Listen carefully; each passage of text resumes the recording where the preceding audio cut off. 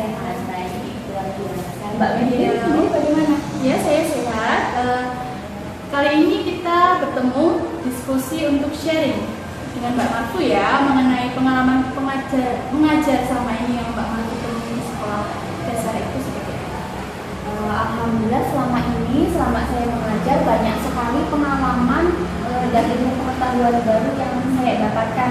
Baik saya belajar dari siswa, dari guru sekitar, dewan guru, dan lingkungan sekitar. Banyak sekali hal yang saya pelajari selama proses mengajar. Berarti guru itu juga perlu belajar lagi ya? Iya, bukan cuma betul siswa sekali. ini. Iya, baik. Kalau boleh tahu ini, untuk anak sekolah dasar, untuk segi perkembangan kognitifnya itu bagaimana ya? Untuk anak sekolah dasar itu kan rentang usianya antara 7 sampai 12 tahun. Dan di situ untuk perkembangan kognitif itu masih operasional konkret. Jadi di mana anak tersebut masih menggunakan hal yang nyata atau logis dalam berpikir. Jadi anak tersebut belum bisa berpikir secara abstrak seperti itu. Oh, jadi misal kalau guru itu hanya menjelaskan atau menerapkan di depan kelas itu tanpa membawa benda konkret ke dalam kelas itu siswa belum bisa memahami sepenuhnya ya? Belum. Jadi saya rasa dalam proses pembelajaran karena anak SD masih berpikir konkret dan logis, kita dalam menjelaskan itu menggunakan media yang konkret seperti benda-benda nyata yang disajikan dalam pembelajaran yang kita buat media dari seorang guru ataupun melalui proses lingkungan yang ada di sekolah untuk media belajar. Seperti contohnya mungkin kalau di kelas 1 ya, materi penjumlahan matematika. Iya. Mungkin guru itu kayak membawa stick atau kartu kayak gitu, misal 2 ditambah 2 stick tambah 2 stick seperti itu ya. Iya, benar Hal-hal sekali. yang bisa diraba dilihat anak seperti Iya. itu. Jadi harus melalui benda yang nyata bisa diraba, dilihat. Misalkan kayak yang tadi Mbak Medi ceritakan bisa menggunakan stick ataupun pen. Misalkan penjumlahan atau pengurangan kita ceritakan melalui proses bermain dengan permen atau dengan sedotan dan lain sebagainya. Jadi bermain sambil belajar. Iya, pastinya untuk anak usia SD. Kalau untuk tahap sosial emosi anak SD itu seperti apa? Apakah sama dengan SMP sama SMA? Untuk tahap sosial emosi anak sekolah dasar itu masih sangat dipengaruhi oleh lingkungan atau mikrosistem. Jadi kalau lingkungan itu seperti keluarga, lingkungan rumah atau orang-orang sekitar teman sejawat itu sangat berpengaruh terhadap perkembangan anak, Mbak. Jadi kalau lingkungan tersebut baik, kondusif, mendukung, maka perkembangan anak yang akan terlihat juga akan baik. Seperti itu. Berarti untuk lingkungan kan berpengaruh ya, tadi sudah Iya. dikatakan pengaruh dengan perkembangan anak di sekolah. Itu lingkungan yang seperti apa? Lingkungan jadi banyak sekali macam-macam lingkungan yang berpengaruh. Kalau misalkan nih lingkungan kita dibesarkan dengan lingkungan yang berbeda.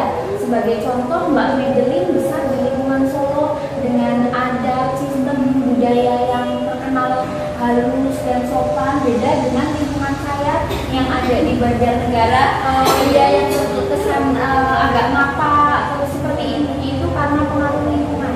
Kalau untuk di sekolah saya tempat tinggal memang sangat berpengaruh. Contohnya semisal anak yang terbiasa di lingkungan besar tanpa adanya orang tua, di sini biasanya mereka akan bertindak yang kurang baik di sekolah, seperti kayak mencari perhatian atau kadang usil ke temannya seperti itu. Kalau untuk itu apa yang Mbak lakukan? Kalau untuk anak yang kurang baik di sekolah, di sini biasanya mereka kita analisa dulu kenapa anak ini suka mencari perhatian di sekolah, hal apa yang membuat anak melakukan hal tersebut.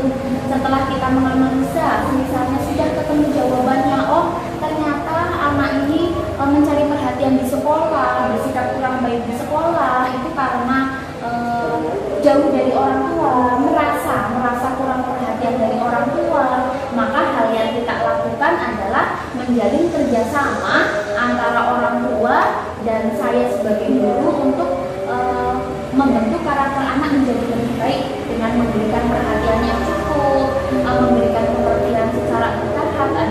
tidak melakukan hal seperti itu lagi, Pak. Itu kerjasama antara guru dan orang tua. Iya, kalau pastinya. semisal ditemukan permasalahannya itu ada di lingkungan anak, semisal anak itu kan masih SD ya, anak Iya. SD, tapi lingkungan pertemanannya itu bermainnya itu dengan anak-anak SMA, anak-anak kuliah, itu kan pemikirannya sudah beda ya. Mungkin tidak sengaja berkata kasar atau berpikir yang lebih dewasa dan pada usianya, itu bagaimana, Mbak? Untuk hal-hal yang pernah saya temui itu, kalau untuk anak yang suka berkata kasar, itu untuk anak saya yang pernah saya lakukan adalah kebanyakan dari anak tersebut itu hanya asal bicara kata-kata tersebut tapi tidak paham maknanya. Jadi hanya ikut-ikutan, misalnya teman-teman sejawatnya bilang, mohon maaf ya, bilang anjing, dia ikut-ikutan. Padahal kadang dia berpikirnya, oh anjing itu kasar loh. Hal yang saya lakukan adalah saya menjelaskan bahwa oh nak, anjing itu adalah sebuah hewan yang menggonggong dengan kaki 4. Jadi karena dia tahu maknanya, maka anak tersebut tidak penasaran lagi untuk mengucapkan hal tersebut. Jadi kita menjelaskan kenapa itu kata kasar, kenapa tidak boleh disampaikan seperti itu. Jadi lingkungan keluarga, orang tua itu sangat penting untuk tahu perkembangan anak. Iya, tentu sekali. Ya, tentu sangat penting karena ketika orang tua dan lingkungan itu mendukung terhadap proses perkembangan anak dengan kondusif, pasti anak akan berkembang dengan baik dan sejalan dengan hubungan dari orang tua, sekolah maupun lingkungan seperti itu. Kalau di tempat Mbak Medina sendiri bagaimana untuk lingkungan sekolah? Kalau lingkungan di sekolah itu dulu waktu SD ya, saya itu setiap pagi menyanyikan lagu tradisional seperti orang Sunda, terus untuk berbicara dengan guru, kami itu kalau misal ada 2 pilihan, bisa pakai bahasa Indonesia, tapi lebih baik lagi kalau pakai bahasa Jawa, Romo Alus.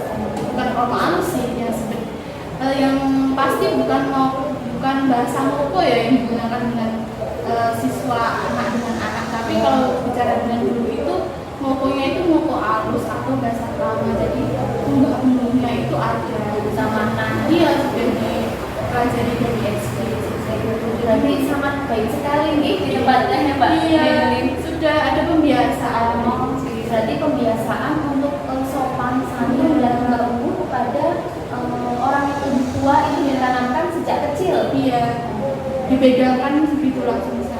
Berarti hal ini nanti sangat berpengaruh. Iya, semisal kita jalan nih, kita jalan bertemu dengan guru, berarti jalannya itu ya nggak drojus gitu lah ya, jadi harus monggo guru sambil agak menunggu seperti itu, jadi disapa. Itu berarti luar biasa ya Mbak. Kalau karena kebanyakan di Indonesia sekarang di lingkungan saya pun sudah mulai memudar untuk kebiasaan seperti itu. Yang memang belajar dari sini, ketika saya tinggal di Solo, memang agak tumbuh untuk lingkungan yang memang luar biasa. Ini ilmu pengalaman baru yang nanti saya terapkan insya Allah ketika saya kembali ke kampung